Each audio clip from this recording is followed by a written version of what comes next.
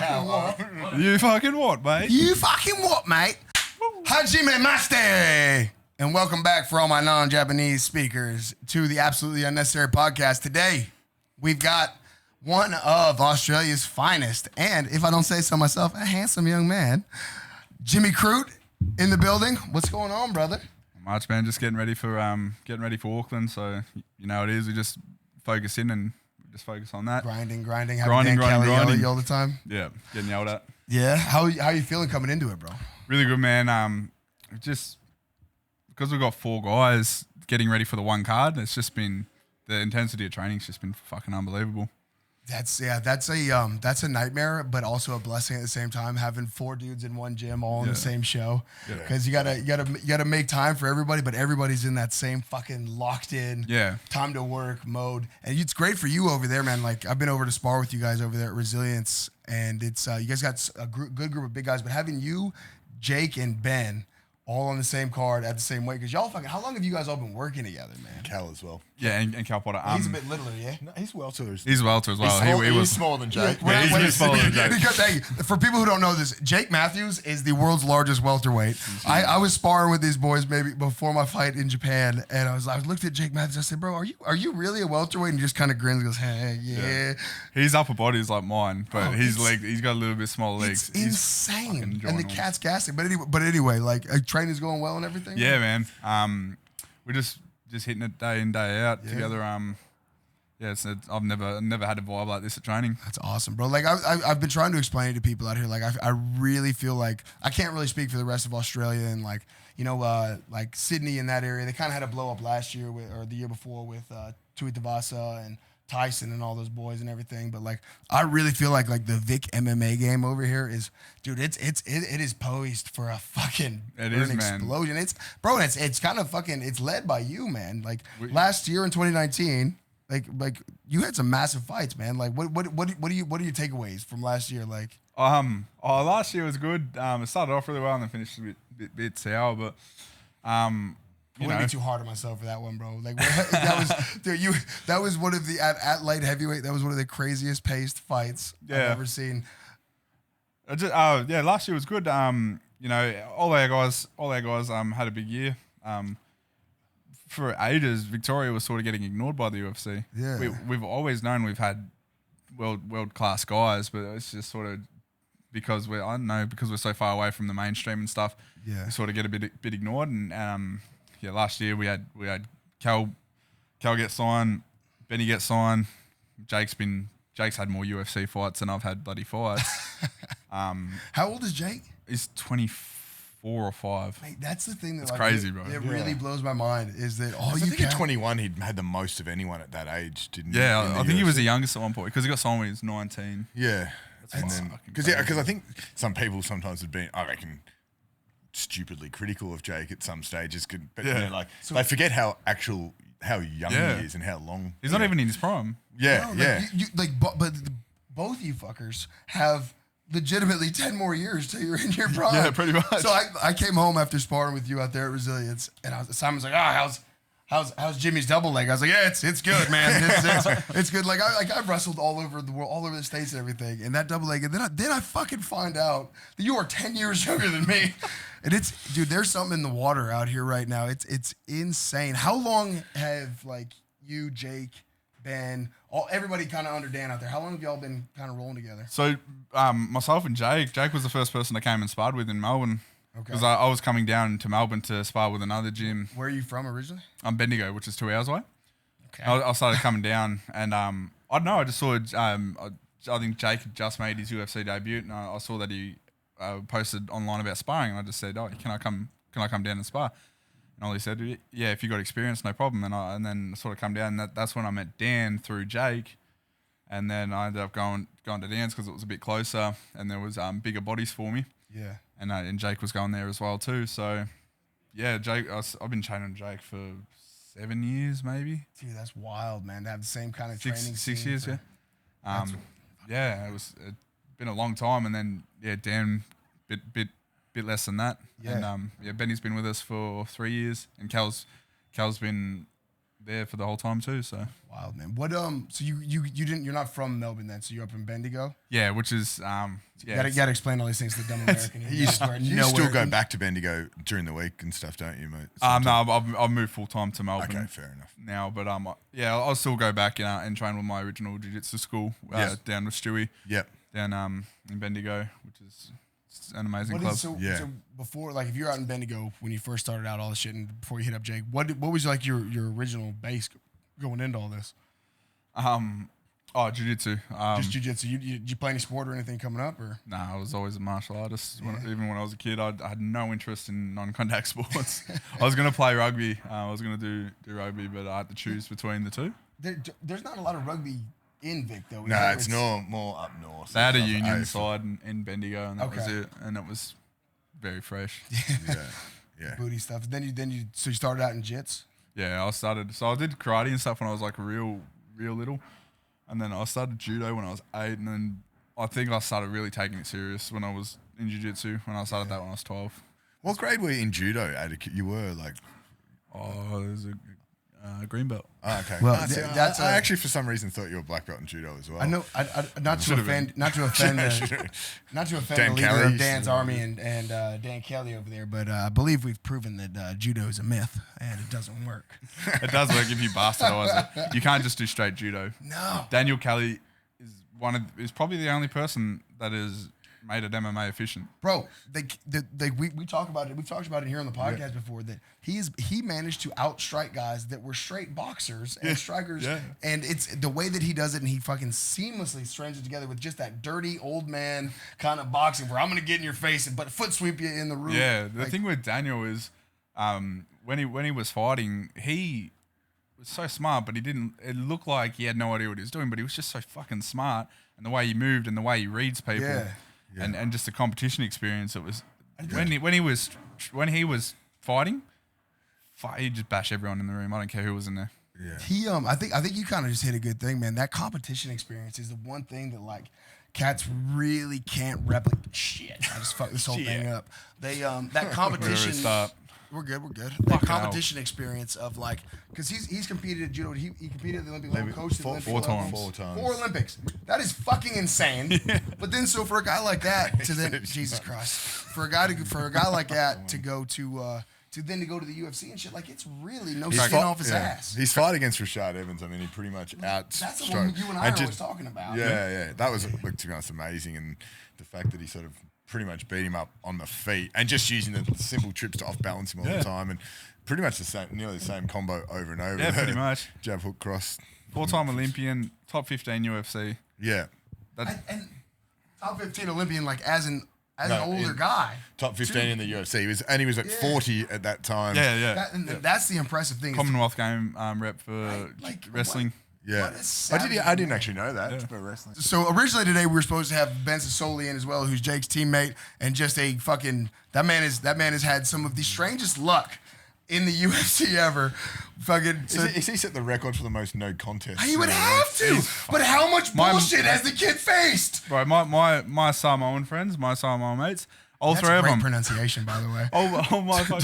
All three of them. Their last fights have been no contest. I saw Mars was the head clash or something? Oh, fuck me. But so today, like what I was leading into is, so today I was doing research for the podcast because I'm a goddamn professional. And I'm watching, as I fucking, cheers, boys. So, but I'm watching Ben's fight on the Contender Series. And this guy fucking says that he pokes him in the eye, calls timeout. Legit turns away. Where's the camera at? Turns away and goes, timeout. And the ref looks at him and stops it. And Ben's just too much of a goddamn sweetheart. Too nice, bro. He's too fucking nice. I mean, I'm sure you're his man. Like, what the fuck? Bro, this is a very touchy subject. Go, Jimmy. This guy is a fucking pussy. And if anyone fucking licenses this cunt again to fight, they should have their fucking promoter's license of road, because I'm with it, bro. Bro, you get punched in the eye. You get given an opportunity for penalty time, whatever. Which you truly shouldn't have. Which you shouldn't have in the beginning. And then you turn around and you bitch out and you fucking rob someone of their opportunity. And on something like the Contender Series, Bro. where you guys are all fighting for the same fucking thing. You guys have given away probably bigger money fights in other organizations. Yeah. Ben's the type of guy, he would have turned down bigger money fights to take this opportunity on the Contender, which a lot of guys do these days because everybody, no offense, Jimmy, this isn't you, but everybody's so fucking UFC. I got to go to the UFC. The UFC is where I want to be. They don't look at the fact you can make money other places. But a cat like Ben, he sacrifices. Because Ben is the type of dude that they would pay him other places. Because he's an exciting motherfucker. Would. As a heavyweight. But he goes in and does this. And this fucking guy has the audacity to look the fucking doctor in the face. And what is the one thing you say if a doctor's looking at you and he's talking about your eyes? What do you never say? I can't say. You never say that. Never say that. You Never. You never say that. You were looking for a way out. And fucking... And then he's sitting there. He's sitting there after the fight and he fucking gets a photo of Michael Bisping, who has fucking one eye. And he's, Michael's my hero. Fuck off, you fucking pussy. So this morning when I'm watching it on Fight Pass, Bisping's doing the commentary, and he's like, "Oh, you can't say that. You can't tell him you can't see. This guy wants out. That's not a good." And Benny wasn't even hitting him hard. I'm telling you, Benny was probably throwing about 40%, just touching him, and then I was talking to Benny afterwards, and Benny goes, "Yeah, I was just going to give him his time, and then when he come back, I was going to cloud him fucking really hard." Yeah, properly crank him. Yeah. But the thing is, like, what do you think about this, man? The UFC's introduced a little, and I don't quite understand, so don't quote me on it. Some of the commissions are using modified instant replay. Oh, yeah. Right? I've yet to see it used, but I feel like that's a prime example where if I hit you with, say I hit you with an upper, like that little check upper, and I get all this knuckle in your eye socket, it feels like you got your eye poked. Yeah. But if you stop right there, it feels like your eye pop, but you can tell. But you fucking didn't. You can fucking tell. You fucking didn't. You fucking pussy. Yeah. And I'm sorry. I'm sure I'm going to offend people in this podcast. I really don't give a shit. At the end of the day, Jimmy will attest to this. Simon will attest to this. If the doctor is in your face, they word things to the point of like, now I'm going to ask you a question. You need to answer this. Can you see? And what are they baiting you to not ever say? I can't see. They're giving you. They're telling you don't say it because I have to stop it. Because for them it's an insurance thing. Right, some of the doctors even say, "Now I'm going to ask you this, and I know you're not going to tell me, but do you have anything I need to know?" Yeah. And fucking what idiot goes, "Oh, you know, I did my elbow and It's like even the pre-fight medical stuff where they're like, "Do you have any injuries?" And if you went, let me tell you all the things I fucked up during camp because everyone lies in that. I can't fight. I got knocked out 2 weeks ago. You know what? In that same vein, this last weekend there was the Conor McGregor card. Yeah. And that girl, Macy Barber, was fighting Roxanne Modafferi. I called that. I said that Roxanne was going to I did too. I told everybody to bet the house because Roxanne has been around for a while and she's an ace. And goddamn, hats off to Roxy for coming in looking like an athlete all of a sudden. Yeah. But look, what fucking medical school did that doctor go to come in and grab her knee and go, it's a partial ACL tear? That man is a human MRI machine. Yeah. So I was talking about, so that should never have happened. Never. One, because it lets the opponent know that I'm going to attack that leg now. Two, you can't fucking stop a fight because of a you cannot. That's on the athlete. Yeah. And beyond that, this is the problem with it. It puts a cloud over Roxy's win a bit. And that was a good win. She was in control the whole time. But she was winning the fight before. She was controlling it the entire way. And that doctor coming in and that little blurb getting picked up that he said to the ref, that puts a little asterisk on it. Like, oh, Macy was hurt. And then that dirty little bitch has the audacity to grab the microphone off of a loss. Jimmy. Mate, that's entitlement. That's self-entitlement. What year are we living in now, bro? I'm just saying male fighters wouldn't do that. No. So look, hey, get angry if you will with us, internet world. Male fighters would have never had their ACL checked like that. No, that's not happening. That's what Joe Rogan was saying. They're not doing it. Yeah. Flat out. Yep. Can you fight? Mind you, I will, because I was like watching that going, fuck, the corner should throw the towel. She can't move. Then she did almost got pretty close to a sub. Like she was pretty tough. I hate the way she carries herself and everything, but she's a tough chick and she can fight. She was super tough. I will not take anything away from her. She's tough, and that girl's going to go far in this game. I think she just needs to mature a bit. Yeah. But where there's a difference, my missus, who is one of the most like feminist people ever, goes, they wouldn't have done that. They didn't do that in the Thiago Santos fight. Yeah. I was like, yeah, baby, you're right. I didn't even think about that. That man had his whole leg exploded, and nobody said shit ligaments. to him. No ligaments. No ligaments. Nothing. Left. None. No, nothing. But he's still fucking throwing that kick. Do you feel like, and you would see this with the UFC, because, I mean, y'all go to the, are they still doing the I mean, probably guys fight with no. I haven't done an athlete summit. I think Are they still doing it? Hopefully they do one soon. I want to go to one. Okay. But you got to be coming off a win. I got to fucking win. So, do you? You've only ever had one loss in your whole career, though. Yeah. Yeah. Fuck. Where was it? That was Misha. That was your first one. Yeah.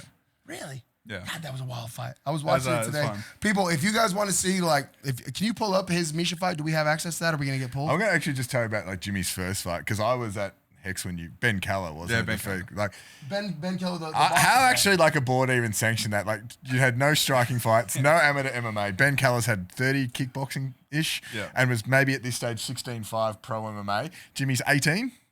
18, Yeah, 19. This is why no one takes Australian MMA seriously. He's 19-year-old kid against a guy with 30 pro kickboxing and 16-5 pro MMA. And I was like, who the fuck sanctioned this poor kid? Like, what have they done?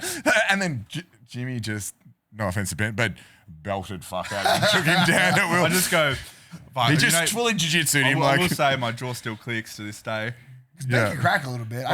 He fucking hit me so, like, so my first armbar roll for, he picked me up, dumped me on my head, and just fucking haymakered me, and my mouth guard flies out, and I just get up and I go, oh, fuck this, and I kick him in the head and start fucking pounding into him.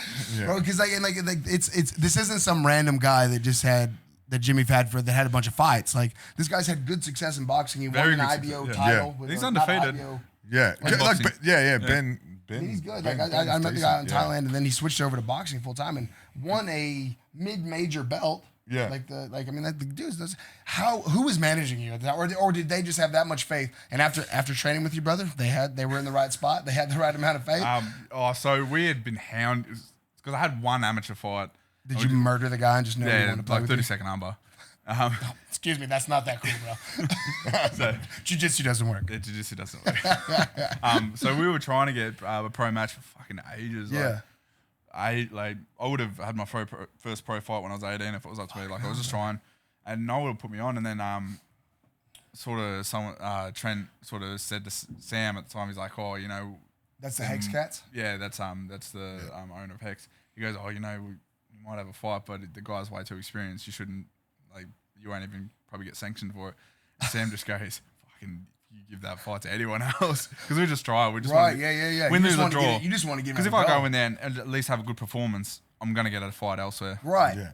So that was my. It's a win-win scenario for you, even though that's as a pro. The only thing is like you look at that and then go, you're now a 1-0 guy that's beaten someone with 50 fights. No one wants the second fight, and then you found it pretty tough to get fights and get the numbers after. Because then everyone after that looks at that and goes, fuck fighting that kid. He's 1-0. You'd be running into that because Simon does the matchmaking for our team here, and like some of these young cats, like you almost don't want them to win some of these fights. At amateur, like you go, fuck if he wins this. I'll be honest with Kev Gisette, when we were trying to get out, he got offered that Joey Luciano who had 40 odd amateurs, and people were saying, oh, if he was pro, he'd be up near the top. And I'm like, I want to give Kevin a really hard fight, but if he wins it, I can't give him. Where does he go? Where's he go? Like he's not had a pro fight. No one wants to touch him, and that makes it. It's a really shitty thing here that you have to worry as much about if he wins that fight.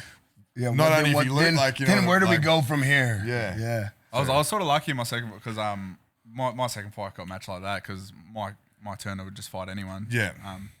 So I matched up with him, and then literally for my third fight, I didn't know who I was fighting until I saw the poster. I just signed a contract and just gave it up like who was the third? Matt Eland. Yeah, I was legend. Yeah. I didn't know. I was just like, fuck. I wonder who I'm fighting. I just want to know who I'm fighting, and then I just showed up on Facebook. I was like, oh fuck yeah.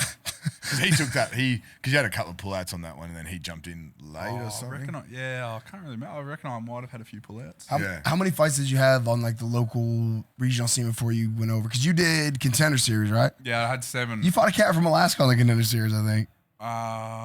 Maybe I'm misremembering that. Wasn't a Scottish. No, that was my that was the first UFC fight. No, I fought Chris Birchler. Bro, Tennessee. Chris Birchler. So 10 years ago in the Pro Elite Heavyweight Grand Prix, he and I were matched. Oh yeah. Okay. Yeah, we were matched up. He ended up pulling out, and I didn't even know he was still around. Then you fought him. Yeah, that's hilarious. he was a really nice guy. Fucking awesome guy. Yeah. He's been around for ages, though, but kind of like never really went and did anything. He's a little bit of a journeyman. Yeah, like 10 years ago, though, I'm saying, he and I were matching. Legit. That's crazy, yeah. Like, that's wild. So you've been training with Dan and all these guys. When I went out to train with you and Simon went over there, Sam Greco was in the house. Yeah. How long have you been fucking around with that absolute savage of a man? 6 years, I think. Yeah? I can't. Yeah. Has he kind of been your base in the striking game in general? He's just been my head coach. Since I started with him. He's because we were talking about before the podcast even started, but like Sam, everyone knows him for his kickboxing experience, right, and whatnot. He's fought Lyoto Machida in MMA. He's fought MMA. I think he's had 10 or 11 MMA fights. Yeah, so he has an eyeball for. Yeah, and not only that, but he's one of the few kickboxers that can take a step back from the world of kickboxing, right, and look at things through a different lens. So MMA important, dude.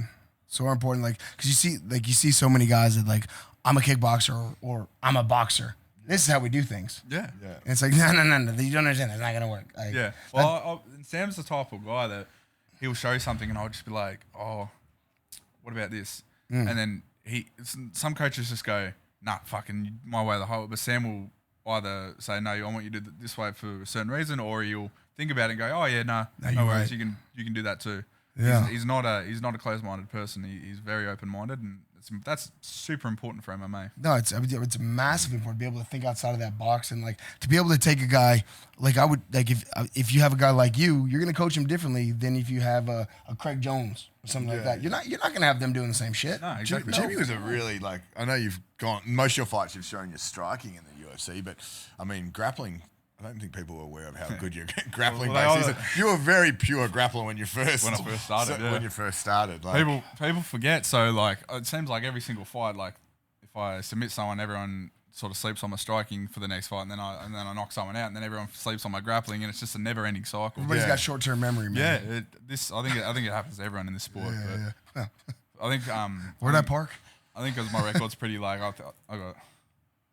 Like even knockouts, even submissions, and even decisions are sort of like across the board. At one point, I had 3, 3, and 3. Yeah. So like everyone's just legitimately a mixed martial artist, as opposed to being a kickboxer who does MMA, or a jiu-jitsu guy who tries to throw punches. I think too, just changing the grappling style up for MMA was a real struggle for me. Where now I've sort of fallen into it really well, bringing Dan on board full time and stuff. Yeah. You watched the Ben Callan fight. You were very jiu-jitsu, like going for arm bars and giving up position. What I caught him with, I was in side control and I wrapped around on the wrist and I literally jumped for fucking arm bar from side control. That's just giving up position. But that's and I don't think you really ground and pounded much then either. Nah, you were just sub-chasing. Yeah. Not at all. Just another example of how jiu-jitsu doesn't work, guys. It's a myth. That might have been my first fight. That's good. You had one Ammy and then that one. Yeah. Fucking hell, bro. What is that? That's savage. So coming up, you're on the Jesus Christ. Forgive me. You're on the UFC Auckland card. Eternal happens to have a card out there. I'm so used to talking to guys around this gym. I'm not used to it. You got a big Polish kid. What do you think about that, man? I'm super excited. I was just really happy. I thought I was going to get knocked down a ladder a bit after my last one, but the UFC put me right just outside the top 15 with this one. That's awesome. Dude. It's crazy. I got nothing bad to say about Mikkel. Well, I mean, bro, at this level, like, what's the point in it? Exactly. We're all doing the same Exactly. fucking thing. We're all trying to get the same thing. I look at his style and I see massive holes. I think I'm just better everywhere. Yeah. And I'm not saying that to downgrade him. No. I mean, that's a legit takeaway. Like, I think it's really important, and guys see it as hubris and shit. But like, if you're watching film on an upcoming opponent, you have to realize like there are gonna be guys out there that you are just technically better than. Yeah. But those dudes can be very dangerous. And that's the thing. He's wild. And those are the guys. Like, I'm technically better than him everywhere, but this son of a bitch can fucking close his eyes, put his face over there, and hit me like this if I rest on my laurels. Yeah, 100%. And he does that to guys that stand still in front of him. Okay. You watch my biggest takeaway when I watch OSP. When OSP was in front of him, he was getting the fucking shit bashed out. Yeah. The moment he got up on his toes, started moving. Mikkel goes, oh fuck, you're not there anymore. Yeah. So all those fucking flailing shots aren't there anymore. Yeah. That's interesting, bro. This will be your first? No, I take that back. You fought in the UFC out here, right? You fought in Adelaide. Adelaide, Melbourne, Vancouver. Out here being Australia. But New Zealand's not part of Australia. Just Austral fucking Asia, bro. Y'all talk the same. Same region. But what is it? Does it put more pressure? Like, because you fought in Canada when you fought what's his Misha. Yeah, Misha up there. What is the is there a difference? Do you prefer to be kind of in home base, or do you prefer to be gone, or do you just not give a shit? Don't give a shit, bro. I'm with you, bro. I like not having if I can get on the flight. I hate traveling. With the weight cut and everything, it's a pain in the ass. Isn't Yeah, it is a pain. Water loading on a fucking plane is the worst thing in the world. Damn, and if the stewardesses aren't nice, it's almost impossible. It's so bad. Can you fill up my 2-liter jug? No. Yeah. Well, you're gonna need to do it. Yeah. That made me fucking get up. Don't make me. And especially if you're not in an aisle seat. Yeah, because you got to get up to piss constantly. And, so bad. Yeah, it's a nightmare. But I honestly the perks of fighting at home is not having the travel. Yeah. And you don't worry too much about, like, I don't know, like guys because I've yet to fight on a major show at home because it turns out no one goes to Alaska because no one gives a shit about it. but like I feel like it would be a bit of a problem where people are hitting you up like, hey man, you got extra tickets, you got this, you got that. Yeah, I sort of just blank out, like turn the goddamn phone off. I do, man. Like I used to try and get back to everyone, but now I'm just like, fuck, I've got the biggest fight of my life coming up. Right? I need to worry like, about. Do you know what doesn't matter to me right now? Your maybe ticket. What matters to me is clearing this fucking massive payday and moving forward. 100%. Yeah. Now people like that. They mean well and they have the best intentions, but they just don't give a fuck about your ticket, mate. Right. That's the thing. Like at the end of the day, like I think they see it sometimes as like, oh, like I'm just trying to support you. It's like if you want to support me, just buy a ticket and leave me alone. Buy a ticket and leave me alone. Have beers with me afterwards. Yeah. Hit me up afterwards. Buy my beers. Hell, I'll buy you a beer. But don't hit me up leading into the fight. Yeah, 100%. Yeah, it's a fucking nightmare. They mean well, so I just smile and wave. Is this the first time you're gonna have so many of you guys on the card together? Have you fought with Jake or with Ben? So the biggest one we did was Hex 8, and there was myself, Cal, Ben. I don't know if Jack Jenkins was on there too. I think Hex 80 was, yeah. Yeah, so we had. So it's a little bit of a venue change from Hex. Yeah. This is obviously the first time in the UFC that I think I fought on the same card as Jake, and that's the most. Yeah. So this will be this will be the good one. That would be nuts, man. Oh, because who else was on in Adelaide? Like it was Jake, and that was it, I think. Yeah. And then Carl and Jake got the fight on the same card in Melbourne, which I was out for. Yeah. And that's wild. So on the main card or the main event on the Auckland card is Felder and Dan Hooker. What do you think about that so much in fight? I like both guys, man. People think I have beef with Paul Felder. Why? Because I didn't like his commentary style on my fight. Nah, you can separate the man from his chat.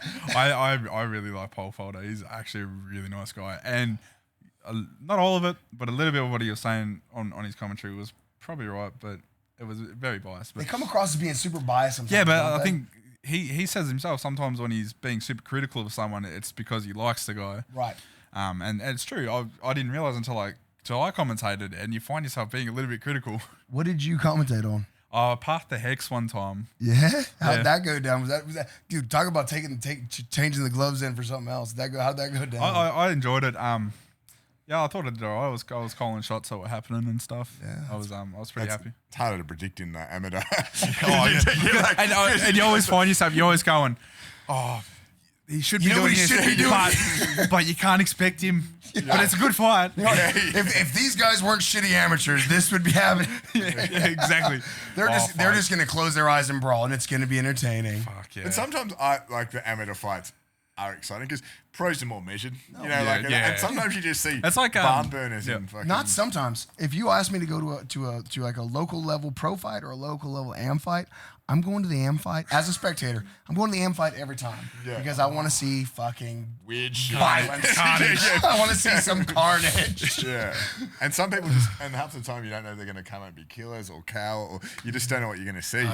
And you just see so much good shit too with their corners and stuff sometimes. Like, what is this dude talking about right now? Sometimes amateur fight night means amateur corner night too. 100%. I'm fucking telling you. You'll see sometimes like I'll hear some advice that they're saying from across the years like, nah man, that's wrong, don't do that, or like some of the shit they say in the back, like, dudes slapping their guys in the face and fucking screaming at them, get cranked up. It's like, nah man, chill out, bro. You got a long fight ahead of you, man. Chill the fuck out. That's what you need for a debut amateur to get them all pumped up. Take this pre-workout right now, man. You need to get fired up. It's like, nah, dude, you need to go listen to some reggae. I can have a nap. Fuck that. Get it. So, going into this one, was there? I mean, this, like you said, you're sitting outside the top 15. Where do you kind of see the status of that 93 kg light heavyweight, 205, wherever you're from, division? I love what's happening at light heavyweight right now. Fucking fluid as hell, bro. Unbelievable. 3 years ago it was dead. Now it was dead. There was one dude. Yeah, one dude, and there was one dude nobody could touch. The second guy was fucking 10 years away. Yeah. But fuck, now it's getting excited. Getting exciting. I just really trying to focus on this fight. I think I made the mistake last time where I was just like, I'm gonna beat Misha, and then I'm gonna fucking start looking beyond. Yeah, no. Like you have to do that in a way. You have to have 100%. Confidence where you gotta have your long term goals, but you gotta have those short term goals, and those gotta be the ones that are in your sights all the time. Yeah, exactly. And you can't be looking down range constantly. You can't. And I think the way I perform the best is I have to be focused on the game plan for this fight. I can't just fucking look ahead of that. The game plan has to be ingrained into my head. Are you a heavy game planner? You watch a lot of film and that sort of shit, or do you kind of I stick just to your leave own it guns? all to my coach. Okay. Leave it all to my coach. I watch a bit of film every now and then. I try not to at night because then I'm just up all night. Let me see what he's doing here. What's he saying on social media, this prick? That's good thing he can't speak English. Good thing he can't speak English. I think he'll lose a war of words. I just let my coaches. When I'm at my best is when I have the plan. I don't need to think about it. Right, you're the weapon, bro. Yeah, and it's just ingrained into my head. That's smart, man. I really feel like too many guys, and you see it at the gym here, and you see it at the highest levels where guys, they take themselves out of their own games. Yeah. Because they're so concerned with what their opponent's gonna do. It's like they're like, well, I'm doing this because he does this, but like if you do that, you're already on the back foot and you're reactive. Yeah. Go out there. You can't do something that you don't do naturally as good as you would. 100%. So if you're planning, if my whole camp, I'm planning on doing this when he does this. What if he doesn't do that, dude? Why don't you go inflict your game on him? It was like when I fought Paul Craig, he was talking now, he's bringing power and he's going to knock me out. And I was just like, oh yeah, fucking come on. Yeah, bring it, bro. And he immediately comes out, I was just like, shoot. I was like, oh, for fuck's sake. Oh, he got me. Mental game. Man, that's wild. What did you pick up? Like you said, like off that loss, like what did you pick up? That loss was this is the Paul Craig loss I'm talking about. He's a long, rangy jiu-jitsu weirdo. Misha Serkinov. What's that say? Misha Serkinov. I made the mistake. I said he beat Paul Craig. I knew that, dude. Yeah. Misha. That was my mistake. I said Paul Craig, but I meant it was my fault. No, but the Misha one, bro. And that fight was kept at such like a pace. Yeah. It was a flight, like you're on top, like he takes you down, you're on top, pounded him out. I'm like, they're gonna stop it, they're gonna stop it. 2 more punches, the ref said. Yeah. I saw the ref, he goes, mate, you hit him 2 more times, it was gonna be a takeover. What do you take away from that, like? Man, I just didn't have a plan, honestly. Because Sam wasn't there for that. Yeah, but I'm not gonna say, but like, I'm not gonna. I don't mean Sam. Yeah. This is all your fault, Sam. I thought you meant excuse wise. Like, I'm not making excuses. I'm just saying like not an excuse, but you know what I mean. Sometimes. I had 4 different pad holders for that prep, like just trying to fill in. But like, how do you ever catch a vibe doing that though? Like that. And everyone's telling you it might be the same. Along the same lines, but everyone's telling you a different thing. Everybody's telling you the same path, but it's a different fucking route. Yeah. You know what I mean? And I'm not criticizing. Like I had amazing pad holders. I had. You're a scholar and a gentleman, sir. Up in Sydney, I was doing work with Justin Fitzgerald and all the Fabricio and stuff. All Rob's training crew, Rob Whittaker's training crew. So like that's world class right there. Right. Yeah. And then I come back and I start doing work with Mark Hammer, who's world class Muay Thai, and then I got Steve Bollicino, world class Muay Thai. It's not like that. Yeah. But everyone was coming from a little bit of a different angle. Different mindset on it, yeah. But like, I mean, outside of all that, like, you have a fight with a guy like Misha, who like people sleep on Misha. To be fair, he's very good. Misha is fucking highly talented. He's really good on the floor, and he's a big, strong dude. And you, bro, you swept that big. You got up, fucking through those knees, like, bro. If it was if it was Rising where I fight, you'd have won that fight. Yeah. Because you had him. You had that north south. You were ready. I was watching, like, getting him in the head, like, can't do that. Yeah, man. It was so weird because I was just expecting him to be this fucking overly strong guy in the grapple, and then what I can take away from that is he was not stronger than me. I waited and I swept him, and then in the clinch I was just like, what the fuck? I can do what I want to you here. I need him in the head. He actually pulled guard. Yeah. He pulled guard because I just had him because I had him in the tie clinch, and I was just like, well, bro, like, and the way you're holding it right here, you had his head fully broken down while you were throwing those knees. Like, this is getting ugly, and he's pulled guard underneath. Yeah, and it's just and then normally when I get on top, my hips are down, and I'm just patient, and I crack. But I don't know. I think it was. I didn't have any like fight specifics in my head. All I had in my head was I've got to knock this fucker out for Sam and Sai. That's the only thing that was in my head. I was just like, you're fucked. I'm gonna knock you out now. And then I got swept, and the first choke he went for, I swept him around, and then I just blacked out. Like I wasn't tired. I could do that pace all day. I have before. And homie, like that's the impressive thing. Like that's my big takeaway from that fight. And like if nobody has seen this fight, like to see light heavyweights be able to keep that pace and the pace that you were putting on him from bottom, because he was trying to get into that scarf hold position, he was trying to get into all those moves, and you weren't letting that shit fly. And like I mean, hats off to you, bro. Like to be able to keep that pace and stay safe against a grappler that level. Granted, you're a high level grappler as well, but like you know what I'm talking about. You know what I'm talking about when you say like a guy gets into that scarf position and starts trying to crucifix and all that shit, and if you can still fucking make a scramble happen out of that, like that's a fucking positive takeaway right there. Yeah. But I mean, not to be like overly critical. I mean, you whipped my ass when we were sparring, but like I think sometimes like you see in that fight with Misha, like you got when you ended up on top, you went. I'm 22. I'm gonna win this fucking fight right now. Yeah, dog. I'll tell you what, bro. Like, I would not want to come across you fucking 10 years down the line right now. That's a goddamn shit.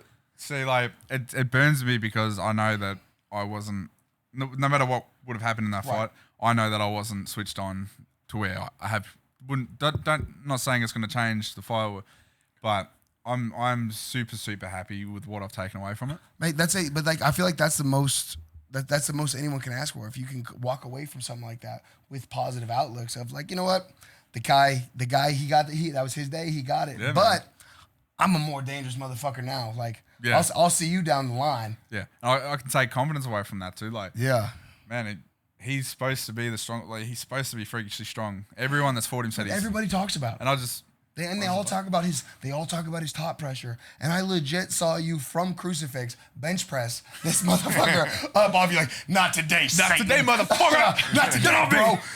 Don't skip chest day. Yeah. What do so outside of that fight, where do you this Dominick Reyes and Jon Jones fights coming up in your division? So I know you got like you say you're not worried about it, but like what? I'm definitely keeping an eye. That's what I'm saying. You got to keep an eye. How do you see that fight cracking off? Man, Jon Jones is. Easily the best. He's the best. Isn't it like every time I ask somebody that, it's like, yeah, it's Jon Jones. I'm like, yeah, that's Jon Jones. He's the best. How he's managed to stay, like, because in the he's light gone through like heavyweight, 3 or 4 generations. Like, and the other thing is just, in the light heavyweight division, we're only one punch away from getting slept all the time. Like, it's not like it's not like doing it in the bantamweight or featherweight division where it's if I touch you or you touch me or Jimmy touches you, we're going 9-9. Yeah. But to be able to keep that record, and against the cats he's fought, bro. Like if you really look at his body of work, he won that belt against Shogun, who is still in the goddamn top 15 10 years later. Like that's outstanding. Still putting guys asleep too. Still catching bodies. And just because he probably just doesn't get the credit he deserves because he's a dickhead. The only person. Hey man, let's not judge a guy for snorting lines. Shit. Yeah, you got to get loose somehow. Yeah. Fuck, that just makes it more impressive, doesn't it? That makes it more. Imagine if you actually trained properly. Oh my god! And think about the fact that he came back on that DC fight. He popped hot for blow fight week. That shit is out here. And a lot of it. Not just a little bit. Not a picogram. That motherfucker was running full grams. But the idea that like you're banging lines the week before a UFC title fight. Like, I don't know whether to look at it like this dude is a reincarnation of Mike Tyson and they just don't give a flying fuck, or is it a mental break in him, or is he just not focused? I really don't know. Fuck, it's gotta work for him. Yeah, it's clearly working, right? And he fucked him up in that fight. He did fuck him up. He did, yeah. Bro. See, I can't say anyone's gonna beat Jones. I don't see it coming, man. But all right, I'm gonna put you on the spot. Let's say we're 3 years down the line. Jimmy gets his fight back. Go beat the shit out of Misha. I want you to fight Shogun just because I think it'd be fun to watch. Get a big fight ahead of that. We're 2 years away now, right? We're gonna do UFC Melbourne. Jimmy Crute, the big hotness out of Australia, out here. He's 26 years old now, ready to fucking scrap. Jon Jones still getting around. His picograms is hot, you know, but it's all right because they got rid of USADA because they realized it's fucking shit up in the UFC, right? So Jones is he's a little bit beefier, but he's moving slower. How does Jimmy Crute come out to fight Jon Jones? Fuck. You know we've all thought about it, bro. We've all sat around and thought about it. I've sat down with Sam and I go, how the fuck do you beat Jon Jones? And he's susceptible to leg kicks. Very susceptible with those little. But the problem is, people go, "Oh, the chicken legs work for him because it's bony." It's bony. Yeah. So you're kicking a bone, and if you're not placing your kicks perfectly, and cutting an angle and cutting, you're getting shin every time. And that works for him. Like on the commentary when he was getting calf kicked, they were saying how the small legs would be bad for calf kicks, and it's actually better for him to be kicked in the calf. Like, you got a thick ass leg. I kick that. That's gonna hurt you. Yeah. If you're just kicking fucking leg, like bone that has been fucking fighting at the highest level for a long time. Yeah. That shit dead. Yep. It's dead. Exactly. So you have to really time them well. And really slap his. That paw hand, exactly. You slap that paw hand. Everyone's tried it. Yeah, everybody. And here's the thing: we're sitting here trying to fucking beat a dead horse. You just gotta do this. Nah, man, here's what you gotta do. But the thing is that there's absolutely ways that like you can watch it like with an educated eye. You can see that there's holes in things. But the problem is this son of a bitch is just so good at what he does. The other problem with Jon Jones is you can work him out. Yeah. But the moment you work him out, he just switches. He takes you down. He spins. He fucking does something. Y'all remember when he was just hitting dudes with takedowns and foot sweeps for days forever? Because he didn't have confidence in his striking against Lyoto and some of these other guys. So all of a sudden he's a Dan Kelly foot sweep dude. All of a sudden, 100%. I'm trying to think who gave I'll tell you who gave him his best run. No, that first fight. But I'm saying a healthy John when he's not all fucking banged out beforehand. Fucking Vitor Belfort. Yes, Vitor Belfort nearly snapped his arm up. Now TRT Vitor, that might have been a different fight because that little extra pop might have got veins fucking popping out of his head. I'll tell you veins popping out of his eyes. That TRT Belfort is maybe one of my favorite fighters. Yeah. Because you got to think about it. That guy had at that point because he started at 18 in Super Brawl and he was killing people. Yeah. By the time he was there, he was 38, but all of a sudden he was a young man again, but with 20 years of high-level MMA experience and knowledge. That's just dangerous. And I love it. Bro. Fucking wheel kicking Luke Rockhold. Shit. Spamming it. Like, what do you throw? Like 3 in a row? But like none of them were shit either. Because like there's nothing worse. Like you'll get this as a light heavyweight. When we see guys our size like throw a shitty fucking spin technique, it's like, bro, stop it. You're making us look really bad right now. Don't do that shit.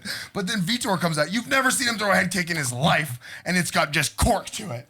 Oh my god. It's insanity. In the vein of spin kicks and shit, on the main event, or not the main event, the big man out of New Zealand right now, Israel. What are your thoughts on that cat and his upcoming fight with the scariest son of a bitch I've personally ever trained with in Yoel Romero? You trained with him? I was at ATT for years. Oh, bro. That's awesome. Fucking the first day Yoel and I are moving around, he's going super light, playing around like, I'm Yoel. I love you. I love you, man. Hey, man, you want to train? we pop around, and I hit him with a jab he didn't like too much. And next thing I know, I'm getting 5-pointed. Straight, like taking off like the goddamn Apollo 11 mission. Just whoop, bah, go. And everybody looks at me and goes, yeah, you shouldn't have done that, Jake.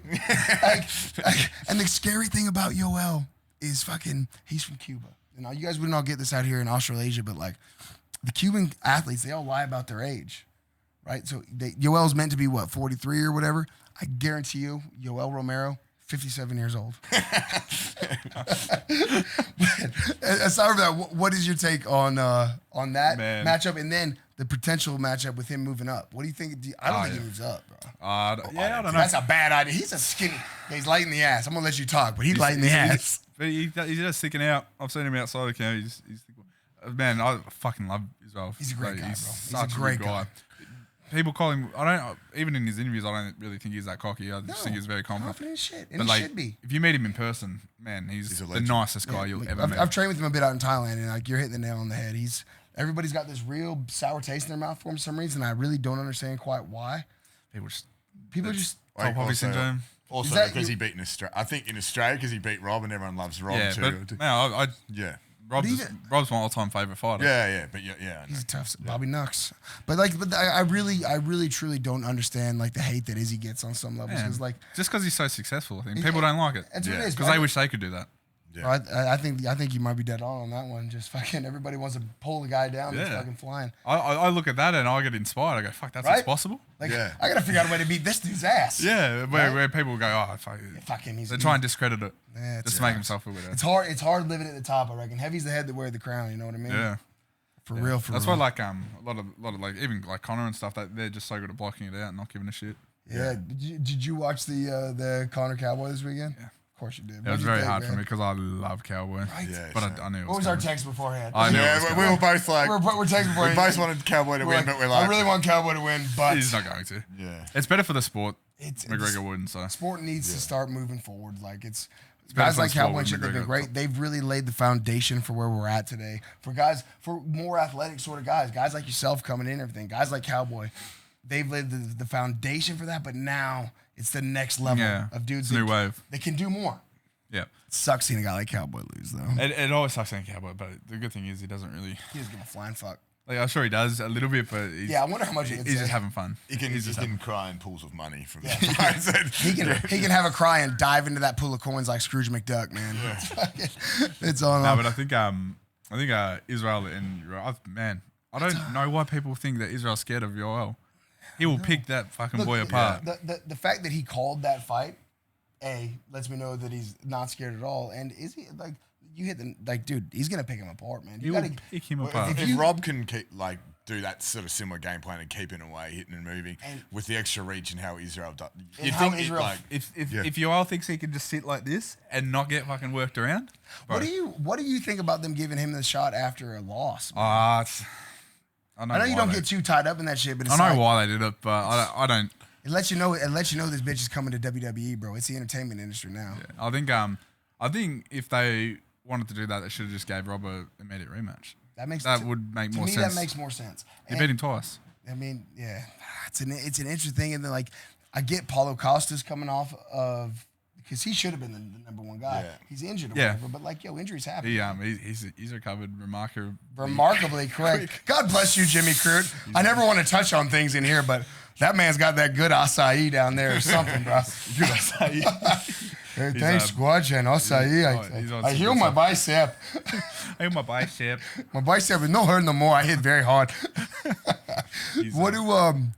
Oh man, I don't know about that one. Because they're giving, did you see this, dude? They're giving Aldo the title shot over Morales. Yeah, I don't. Why do we fucking have rankings? And that's the thing. Fuck, you work for these guys. You can't talk shit on them. I will. Fuck the UFC and your rankings. They don't mean shit. I love the UFC. Yeah, I was gonna say. I'm very happy with my job. I would say I have nothing but nice. Oh, dude, I just hate him because I've just had bad experience. Putting Jimmy in a very awkward spot. That's what I do. One of these days, I'm gonna get Jimmy to Japan. Nobody knows about this. Dude, there's nothing on that happening at all. That's absolutely not happening, guys. I'm kidding. You can cut all this out. Sidebar. All right. Before we get on to some of the other shit, you got your three mates fighting on the card with you. What are we going to see out of those cats? Man, so Cal. We're gonna see. Kel's the guy who came out with that great walkout song, looking country as shit, right at the Melbourne Guard. Yeah, he was dancing with his daughter at his open weigh-in. What a legend. Workout. What a legend of a man. I love Cal. He's just gonna be a far superior grappler. Yeah. He's so good. He's high level. High level, yeah. High level black belt. He's the hardest guy to hold down. Yeah, even for a cat like you. For me, he's harder than any. There's nothing worse than those little dudes with good hips. Right? Yeah, he's just crazy to hold down. And he's just super tough. People got a bad view on him from his cut to lightweight because it sort of didn't do anything good for his chin. But at welterweight, man, he doesn't have to worry about that anymore. He's got a really good chin at welterweight. He was in before he got signed so many wars. Like he was not one of the guys that built records. He fought everyone. Like he was Hex champ, AFC, Eternal. Like he fought everyone. Like he didn't. Folks. Yeah, he. But did he get signed? And he had like a heap of like another fucking drop off over here. A heap of like. Not the prettiest head kick knockouts, but some like. You know what's hilarious about that head kick knockout? I'll get up. Yeah. He fucking kicked the guy in the head like this. Knocked him out cold, and then the fucking week later, then Kelly fucking lands one in the UFC. Snaps it, bang. Just a fucking fish and chip top kip. Fish and chips. Yo, write that shit down. Trademark it. That was on the jiu-jitsu dude, wasn't it? Carlos. Carlos Zapato. He's so good. Shoe Bro, so when Dan fought, to me, that was a bigger win than Rashawn. 100%. So he wasn't supposed to win that at all. When Dan fought Shoeface, I was one of Shoeface's main partners at ATT. He's so good, and just long, but he's one of those cats that you see it a lot where guys will have success in one aspect of the game and they get away from what they're good at. Yeah. Like we've talked about it in here. You see it with guys like Damian Maya or a cat like Shoeface. Like, dude, stop boxing. Yeah. You are a high-level jiu-jitsu player. Yeah. Fucking pull guard, dude. Yeah. But I think because pull guard, you pussy. Carlos had Dan's back like in a body triangle for the whole thing. Yeah. I think Dan almost broke him a little bit mentally because he was like couldn't finish it. I was just smiling when I was just like, fuck, this is just playing right into Dan's game. A grind. Yeah. Yes, please. You want to turn this into a 3-round? Let's keep fighting each other. That's great. Yeah. He didn't want to be there anymore after the second round. It's funny, man. Like Dan, a guy like Dan is, and I think he's a kind of a rare breed these days because they're getting so many more, like A, guys that are athletes, and B, guys that are kind of here for the flash. Yeah. Whereas a guy like Dan is like, he's more than happy to be there in the grind and make you melt. Man, make you melt. He's not when he was fit and still fight, man. He was not fucking pleasant. No, it's the only way to describe it. I've heard nothing but that exact sentiment from anybody when they talk about training with Dan. It's like, I hit him with 19 shots and he just kept coming forward and then I grunted and then I was on the floor or then I got hit. There's just lots of tears and crying. And he doesn't stop. And the best thing about having Dan as a coach now, he just expects you to be like that. Like he expects you to be that tough. So fuck, you got no choice. If you're training with Dan, you just have to be tough. But you know what, man? That would create such a good vibe in a room. Like it could create a good vibe or a bad vibe in a room. But like there's none of this bitch shit though. Of like, no man, I'm not doing this. I'm not doing that. Yeah. Like, fuck you. I'm not training with you. You train under a guy like that. It's like, nah, man. We all here to put it in. Yeah. If you don't like it, there's the door. Throw this work. Dude. Jimmy Crute. You heard it right here, folks. Put in the work down and get the fuck out. Yeah. That's it. And that's how it is. And then Sam's like that, dude. Sam's fucking super old school. Yeah. Dude, same mentality as Dan. I was so scared when I showed up late to a session. Is it all right if I get on the? Yeah, but they gonna fuck you up, man. They warm, and they gonna come out. They warm. Jimmy comes out and knocks my contact out in the first round. Like, I can't see. Can you grab it so I don't lose it for later? Yeah, they were fun rounds actually. Really, they were great rounds. Hey man, I gotta put this shit out there. This kid right here, Jimmy Crute, has the best double leg I have seen in a sparring room. I have trained across the goddamn globe with Olympic champs, all these guys, Yoel Mortimer, all these guys. You're a fucking blast double, bro. Pretty sure. I don't know what it is, if it's just you change the level real sneaky or straight wrestling, that's shit. Nah, but when you add strikes, straight wrestling doesn't mean shit, bro. That's the thing. The ability to throw hands into a fucking transition, dog. Hats off to you, because I think like fucking ass over tea kettle, and then this son of a bitch has the audacity and goes, "Where's that American wrestling? Where's that wrestling at?" All right then. All right. I'm tired. That were fucking great rounds, bro. Yeah, I had a lot of fun. You're fucking yeah. No, I'm not gonna talk about it, but fucking there was some good moments. I got mine back, bro. I got mine back. I got his back. So I want to fucking change gears a little bit, man. good homie of yours, guy who's attached to our gym, guy who's been attached to your gym. Sai, who I actually was lucky enough to spar with at Resilience the first time I went out there. Jimmy's wearing his shirt right now that are up for sale to help him out. He's, I mean, you could probably take over on this one. You're more. Yeah, look, so, I mean, fortunately, we've actually had some good news on Sai because it's been a long sort of road. But he's actually now, so he'd been back on life support for quite a few months and stuff, but he's off life support, breathing on his own, pain responsive, and being cleared to be moved back to Australia. So that's fucking great. We have like a tentative date of around Feb 5th. Try to get him home. To try and get him home. We're just actually chasing like the sign clearance. Man, I'll tell you what, I only had like a small interaction with the kid, but like it was out at Resilience training with him, and the guy comes up to me and he goes, "Hey man, can I get around with you?" I'm looking, I'm like, "Dude, you're little." I was like, "All right, y'all." He's the most talented guy you've ever met in your life, bro. Yeah. So yeah, like dude is fucking off the charts and just zero fucking fucks given. Just comes out and I'm moving around like, all right, he's little, I'm gonna play. Next thing I know is wah. And not just like that one, you know how when you go with the little guy, they'll hit you with a big overhand and then like cower away. It's whop. I'm like, oh fuck, I have to have a round right now. And he's like this when he's doing it. Yeah, like grinning the whole fucking time, man. And like, and then you crack him as hard as you can. He just goes, "Oh, shuttles. Oh, shoot, Scott." Oh, that's all good, G. Yeah, right, bro. He's fucking like, and I was because when we left that day before all the shit we got, I told you like, who the fuck was that little dude? Oh, bro, hands down, the most talented person I've ever met when it comes to fighting. Yeah, he's a great kid. He slept. I think at the Thailand gym, he knocked out 6 people sparring, and the Thai trainers, because the Thai's like light sparring, and then and on the last one he literally hit the guy with the right hand and then went and tried to like catch him before the trainers. Wake up! Don't tell him off. And he was like literally going, "Oh fuck!" and like, he's trying to run and apologize to the trainers because he just had like natural smoke. Got natural heat, and he doesn't go hard. He wasn't trying to go hard, but he just. Super good timing. Yeah. And just like, you know, those guys that have the natural ability, like not only just the natural ability in fighting, but like you can just look at the kid and be like, this kid kind of gets whatever the fuck he's doing. Like kids who I don't have to teach in a fucking intro class, like it's worse if you try and teach him. They start thinking too much. Yeah. But like, so anyway, what we're going with that is we're trying to get this cat back home. Like the fact that he's showing responses and shit is after that long, that just shows, like, it's just what we were talking about. The kid is a fucking fighter. Yeah. And so, like, yo, anything anybody can do. So, yeah, there's a website that we're going to have, there's, going to be some, kickboxing into clubs, some MMA sparring days, a range of different stuff to try and help support him. And if you just go to www.bringsaihome.com. .au. No .au. Just .com. Disregard everything I say. Bringsaihome.com. You'll be able to sort of keep up to date. There'll be a link to the GoFundMe page if you want to try to donate and help that way. There's also going to be look at the smile on this kid's face, man. Every photo, there's notices. Man. There was to be honest, over in Thailand, there was like a photo board from training that they'd put up, and to be honest, we had to take every photo of him in the gym was smiling and to be honest, I think he smiles when he sleeps. Yeah.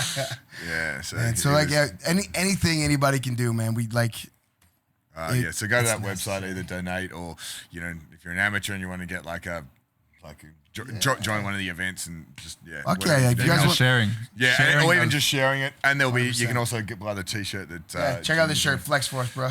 Oh, look at that. So, it's heat right there.